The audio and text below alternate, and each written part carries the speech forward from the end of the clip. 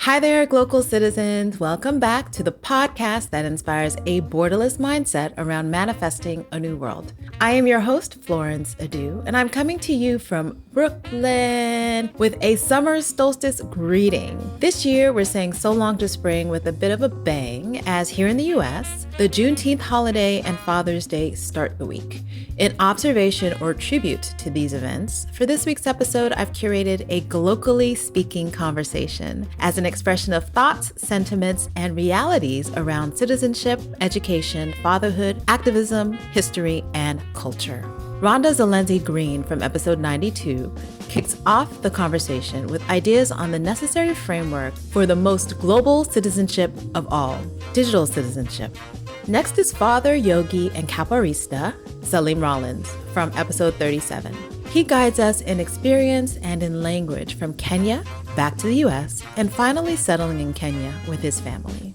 Closing out this spring remix is Nyamal Tutdeal from episode 102, with a glocally speaking potpourri from communications during times of conflict to a lesson in what is probably Africa's most common lingua franca, food.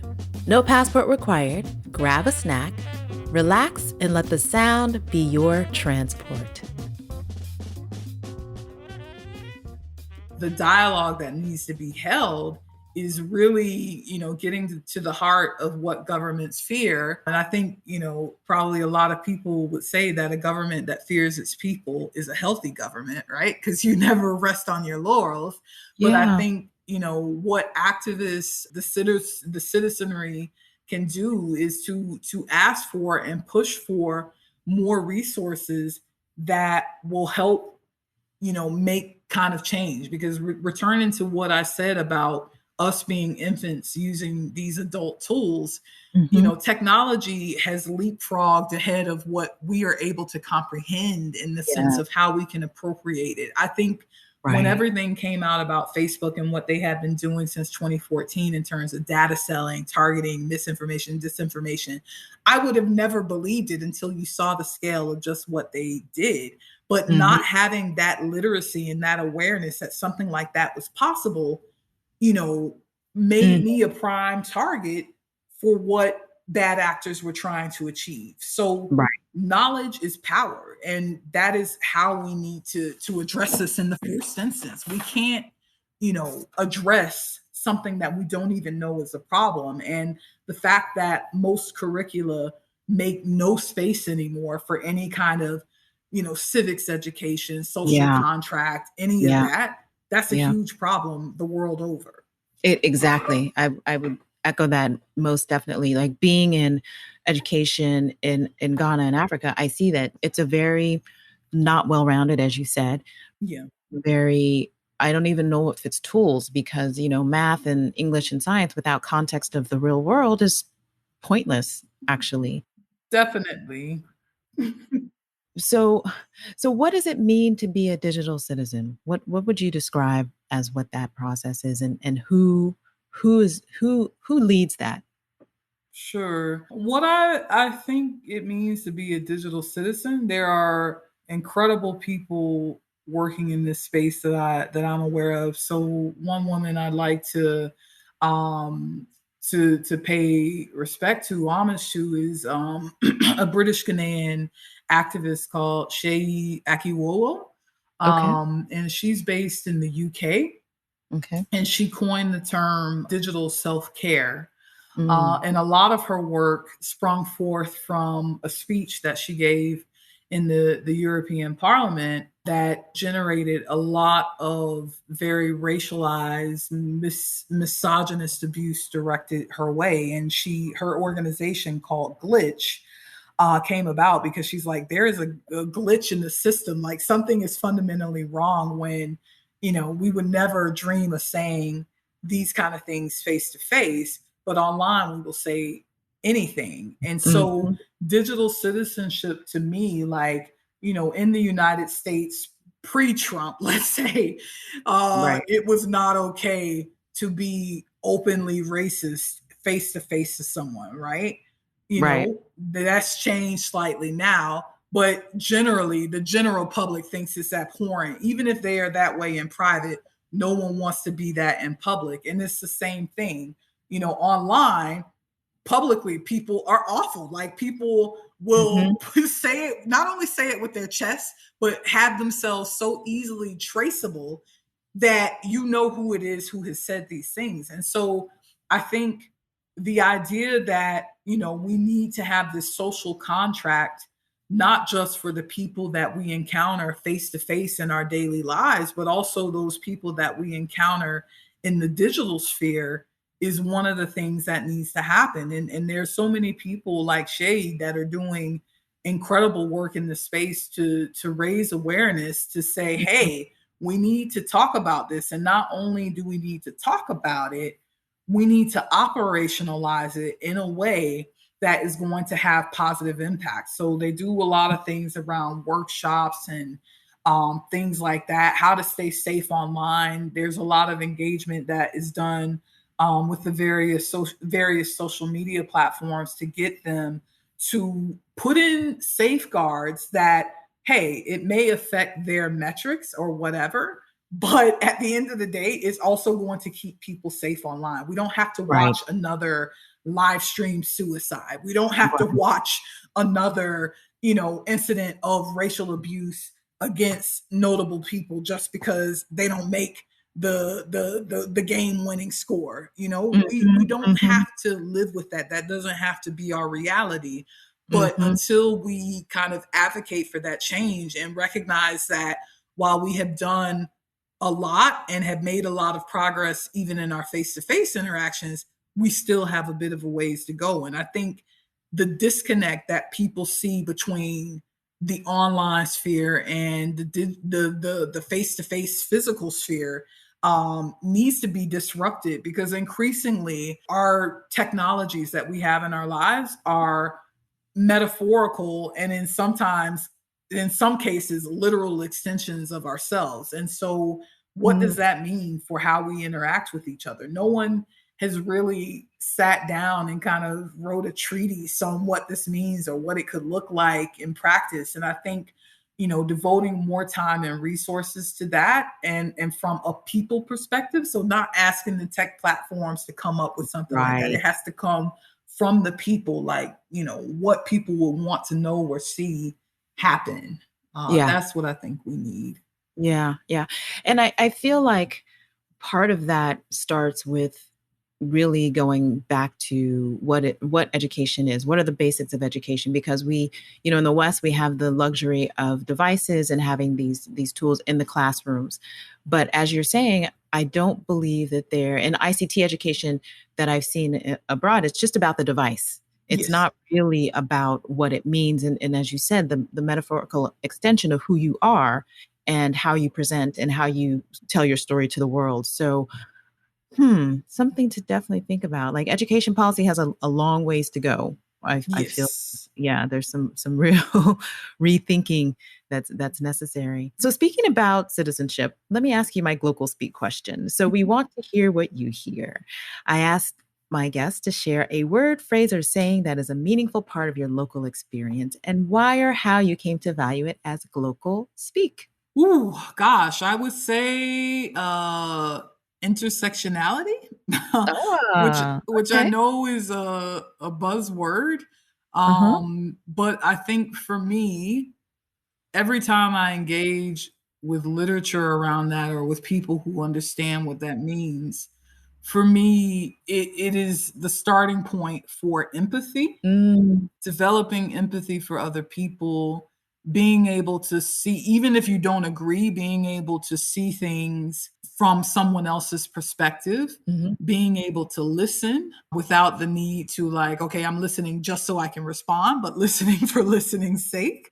Right. I think that, that is the word for me that has so much meaning.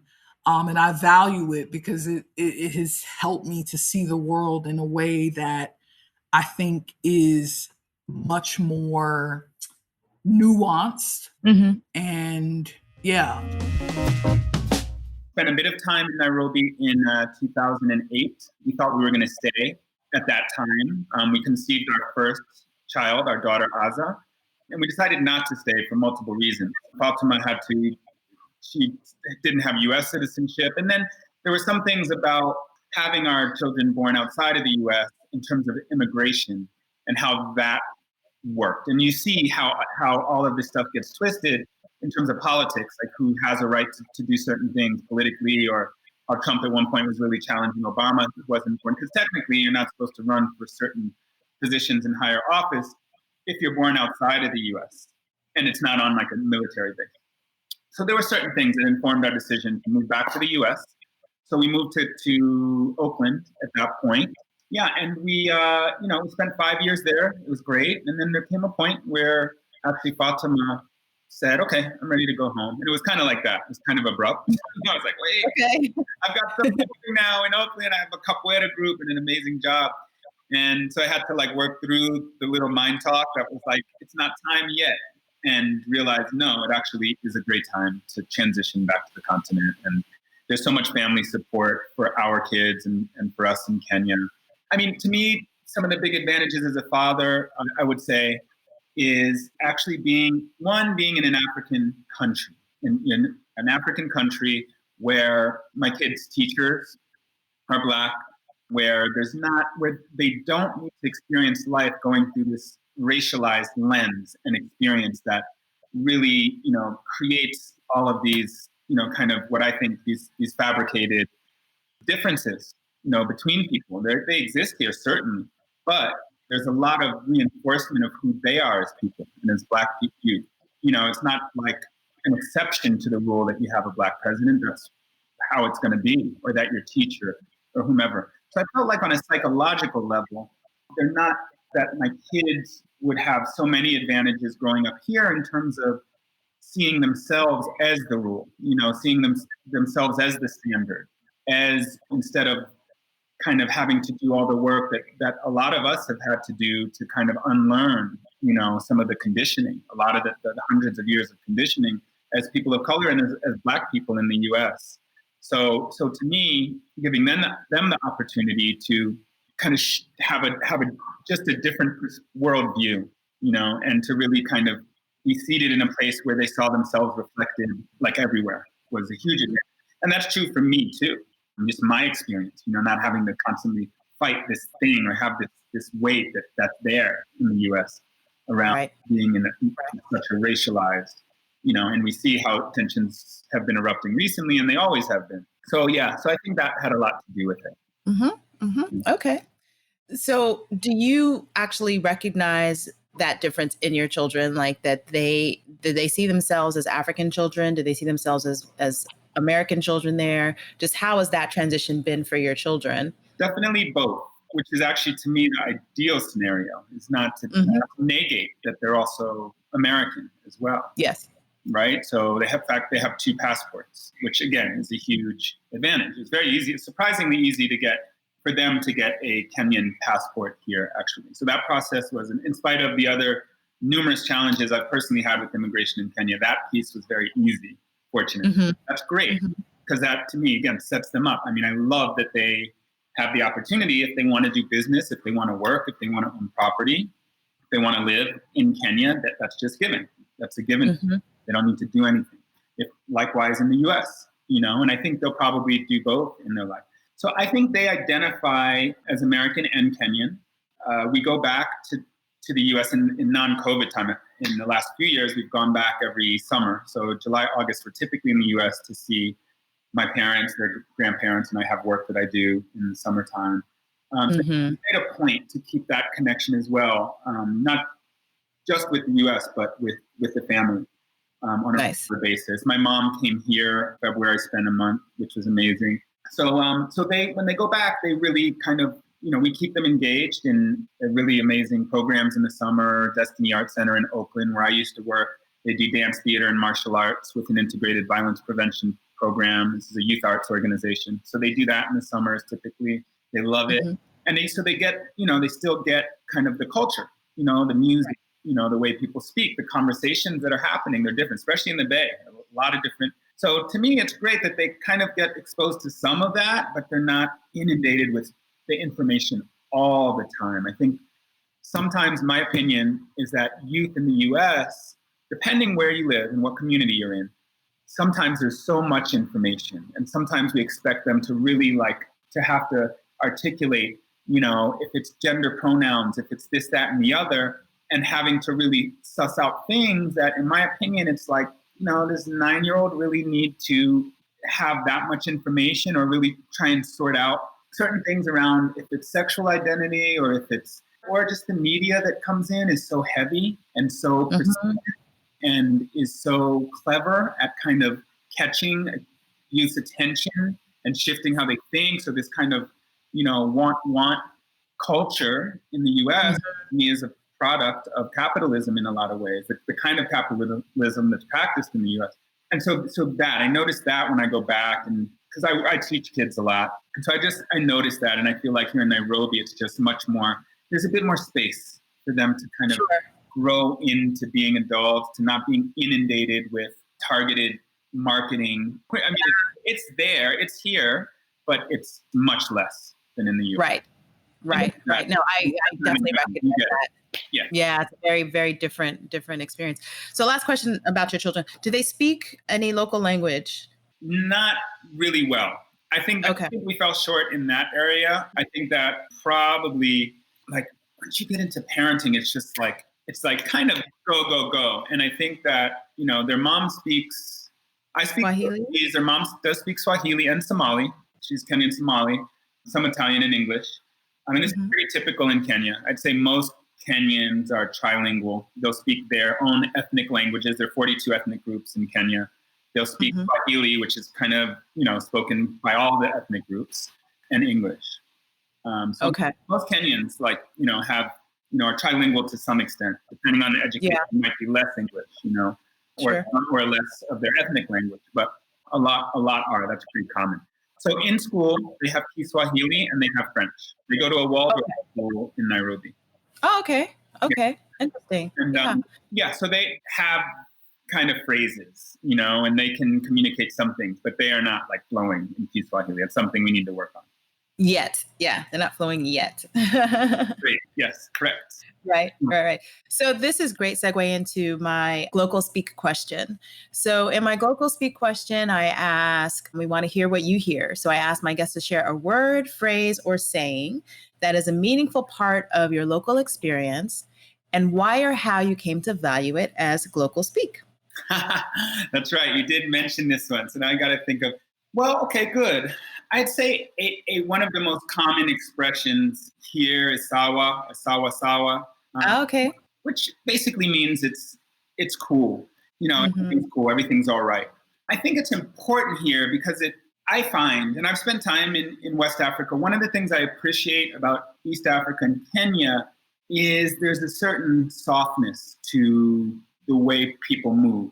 The analogy I make is that I feel like West Africa is has a more masculine energy, and I think East Africa has a more feminine, or West Africa is more fire. When you think of the music, for example, the percussion, just it's driving all the time. The climate's even, and the people, it's a bit faster.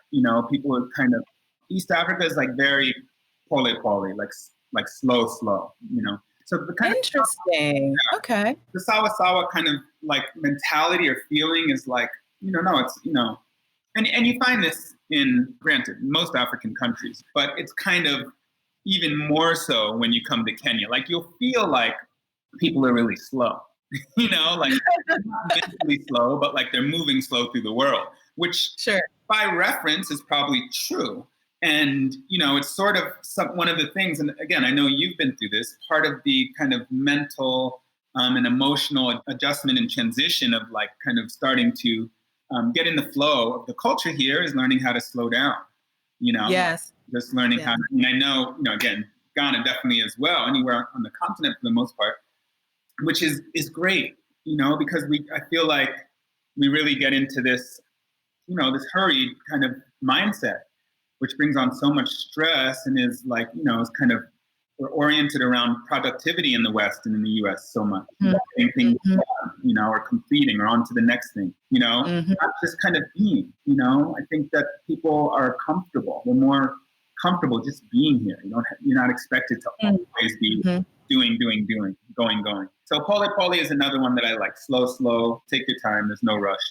Okay, so sawa, Sawa and pole. Pole. Okay. And just like in Ghana, like, when you say something twice, oftentimes it's yes, emphasis, yeah, right? exactly. Okay, very good. So we have some Glocal Speak from Kenya. A lot of issues are happening in East Africa, but they're never known to the West. Exactly. Right? And our loudest cousins of all are the Nigerians. I be calling them in lovingly. I don't call people out in restorative justice. We call people in, right? Okay. Yes, we call you in lovingly. Okay. We don't call you out, because when you're calling somebody out, it's negative. Yeah, it's negative. Exactly. I'm calling you in lovingly, right? Yeah, because for us, it's like, it's I remember when NSTAR was happening, and I was, and that was during like Clubhouse days. Like early last year, Clubhouse, where I I learned so much about Nigeria, the people, the movement, and all of that. And a lot of us East Africa were in those spaces. We're like, how can we help? What can we do? All of these things, because we knew if Nigeria falls, we're fucked. Yeah, as Africans, we're all fucked, right? But when issues are happening to us in the East, it's like often, West Africans have a lot more voice on social media, a lot more voice on in the internet. Nothing. Right. So we're like, how do we balance each other's stories? Sure. And we're not, it's like this borderless thing that we're talking about. It's like, okay, my family's hurting on the other side. Yeah. What can I do to pick them up and say, hey, like right now, Sudan doesn't have internet. No news is coming out of Sudan. And I think that's why. Because our challenge is that the governments on that side are much more effective at shutting it down. And that's, I was listening to a program just the other day. It's like, the issue is that we have governments that have the ability to shut out all communication. And then that therein is the issue with holding back the public and silencing and holding us back from even being able to say something. So I can honestly say, I have found it difficult to really understand everything that's going on, because you're right, there's a lot going on in East Africa. So until the BBC decides to cover it in a certain way, maybe Al Jazeera, then we might really know what the story is. But those who are like I want to say the citizen journalists who are really who we would rely on, they don't have a way out. And so I hear you. And there's many people in the diaspora that are speaking. So I think it's a matter of us making sure that your base that you're following is diverse. It's not just, So for me, people be like, wait, how do you know this is popping off here, there? I'm like, because you've done the work. My friends, my circle, even me being here. Sure. I met our friend, we met in Cuba, right? Yeah. It's like, and then now I'm meeting you like, hey, truly being global citizens, making sure that your circle is not the same, right? Being able to say, I could say right now in my circle, it's like, I pretty much have global people in my, it's in not just, in my network. Yeah. Wow. But I appreciate that. That's really insightful in terms of, we all have our own struggles. So we all have to be able to live it and still advocate in the way that we can. So I appreciate that. And I will do a little bit of research, listeners, just to kind of give a summary as much as I can about how we can help with the conflict in Ethiopia and understanding. I have some friends in Addis and they're like, oh, we're okay here. No, Addis is fine. Yeah. But there's a lot of misinformation that's happening. Yes. So even the news that's happening is problematic. The way the West has been posting and the way that media is also being used as a weapon of war also. Of course. So getting the right opinion is really difficult right now, particularly with this Ethiopian conflict. Yeah. Where South Sudan, they're in the process of implementing a peace agreement that was signed in 2016, because the first one that was brokered in Ethiopia fell apart in 2016, so they got another one. Okay. They're trying to implement that, and that's going really, really slow. So hopefully nothing pops off. Right. Yeah. Listen. That's a whole workshop. Yeah, it is. On the region, like that general region. And I feel like It probably is a workshop in the tribal dynamics as opposed to the country dynamics, so that we would really understand, okay, why are these things breaking down the way that they're breaking down, and how do we empower the people who are there? Because everyone was really happy when South Sudan became its own country. And then, what is it now? Almost 10 years later? It's 10 years old, yeah. Yeah, 10 years later, we're kind of still wondering how is the newest nation in the world, right? No, girl. Barbados. Barbados are our youngest siblings. Listen, hold up. Barbados with Bad Girl Riri being the... No, Barbados is our youngest sibling, right, as of last week. Yeah. And I joke in my circle of friends, I'm like, we need to tell these South Sudanese politician uncles, they can't use this excuse of, we're the youngest country, we're still a baby. You're 10 years old. You're eating fufu and banku. You have teeth. Yes. Barbados is the new baby now, so you people get your act together. Yeah. Speaking of banku, actually, in Arabic it's called asida. Asida. Yeah. Okay. So when our friend was telling me, we need to try banku, I'm like, yay! I went to try banku. I was like, this is. I'm like, this is banku. Ooh, this is asida. And except banku, it's a little bit softer because I think you guys use cassava in it too. Sometimes, yeah. Okay, sometimes because somebody told me like in a different region of it, you guys just use a millet, corn or millet. Yeah, so it can be corn, it can be millet. But so asida for us is corn, right? Okay, so in Arabic it's called asida. In my newer language we call it mian. Mian. And then in Amharic we have something similar, but we call it gumfo. Gumfo. Okay. Yep. So the same kind of like ball. The same ball texture. And then you eat it with different sauces. So with gumfo, it's literally almost like a lava, like a lava. Yep. So and then it's hot. Yeah. So basically, you'll put it in the bowl, and then in the middle, you'll put the sauce in the middle. So it looks like a volcano. It's prettier. It's prettier. Yeah. Yeah, it's prettier. So wait, so you have banku with what? So we do with okra. Stew. We do okra stew. Do?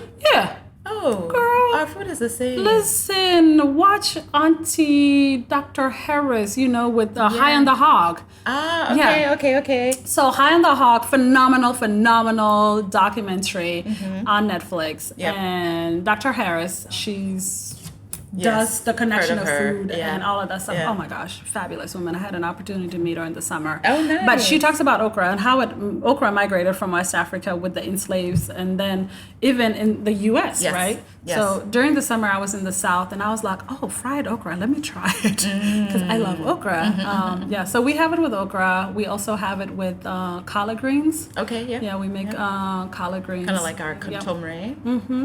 Yeah, and then we have it with different stews. You can have it with different stews. So there was a phenomenal spot that our friend took me to. Which one? I forgot the name. And this friend is, for those of you, he was on an episode, Asari Ajay, artist, architect, Renaissance man. So I'll leave in the show notes his episode as well. Yeah, so Asari took me to this place and I was like, yo! And I had okra with banku. I was like, praise Black Jesus. Was it the one in East Legon? No. Okay. We don't do bougie. We do local. I'm an African woman. I'm an African woman, right? I don't do bougie. I left the West to come here for what? No, it was a local spot. I'm literally going to find the name because it was really good. Because I'm a vegetarian in the States and I grew up in Adventist. And so I was like, I'm going back to Africa. I'm going to Accra, West Africa. All they do is meat. So I chose to become a pescatarian while I'm here, which means I'm eating fish. Okay. And eggs. But in Ethiopia, there's such a variety of veggie and also vegan. So when I'm there, it's okay for me to find food. Sure. But while I'm here, I was like, Yeah, it's a bit challenging. It's interesting you say that because you're leaving. Next weekend is the vegetarian festival, which I just yesterday met with the gentleman who's running it, and hopefully I'll have him on a guest soon. But basically highlighting, that there are options, and he said next year it's going to be even bigger because they got big sponsorship, and it's going to be a regional thing. So, so we're trying. Asanka Local. Okay. Asanka Local is where I went. Oh my God, I had the best okra soup with banku. Okay. I didn't know you guys do soup and stews differently. So I like the soup style. Yes. I like the soup style. Yeah. And it was really nice. Okay. Yeah. Okay. And you did it have fish in it? No, I had fish in it. Yeah, I had fish Okay. in it. Yeah, Okay. I had fish in it. Okay. So I have to check that out. Yes. Me, I can't eat corn, so I can't eat banku. Aww. But I make do. Fufu. No. Oh, no fufu either. I just don't like fufu. Ah! I mean, quite honestly, and I know exactly. I'm such a like. I've turned into an African. I know. And fufu was like one of my father's favorite dishes, and we ate. This is what happened. Okay. Growing up in the U.S., fufu was not the fufu. No. Here. It was mashed potatoes. Exactly. And so it was lighter, easy to swallow. Yeah. It's fine, right? I have an issue with you people swallowing fufu. Oh, the swallow. I was swallow like, what? food. They were like, swallow. I'm like, no, I'm going to chew. Like, the other day I was telling Asari, I was like, ooh, I did it twice. I swallowed twice. I was like, we grew up with chew your food, taste your food, right? Now you want me to swallow it? Yeah, it's a strange phenomenon. So, growing up, you do the swallow. And then coming here, I just was like, it's heavy. Mm-hmm. And not to be diet friendly, but it's like just extra calories. Like it doesn't, I love the soup though. I love soup, but just to have the calories for that purpose, which I mean, I don't live a lifestyle that I need the calories, but I can totally see how and why that is the way that we eat it. Yeah. I'm not dissing it. It's just not it's for me. survival food. That's exactly. It's survival food. That's the same thing with asida. It's survival food. Exactly. Yeah. Thanks for joining us for this episode of Glocal Citizens. As always, you can catch us with new episodes every Tuesday at www.glocalcitizenspod.com or wherever you get your podcasts. Do us a favor, like, rate, share, give us a review. It helps others find great content. And until next time, happy summer and bye for now.